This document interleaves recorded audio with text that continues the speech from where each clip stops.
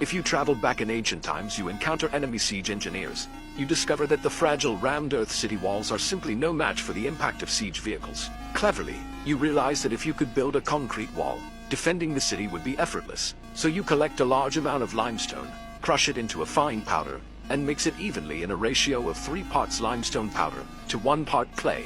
You then add water to make raw cement slurry and place it into a kiln for calcination. At a high temperature close to 1400 degrees, the calcium carbonate in the limestone decomposes into calcium oxide and reacts with silicon dioxide, aluminum oxide, and other components in the clay, forming cement clinker, mainly composed of tricalcium silicate and tricalcium aluminate.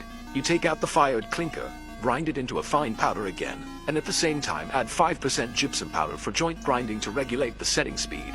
Thus, the earliest Portland cement is obtained, with the material ready.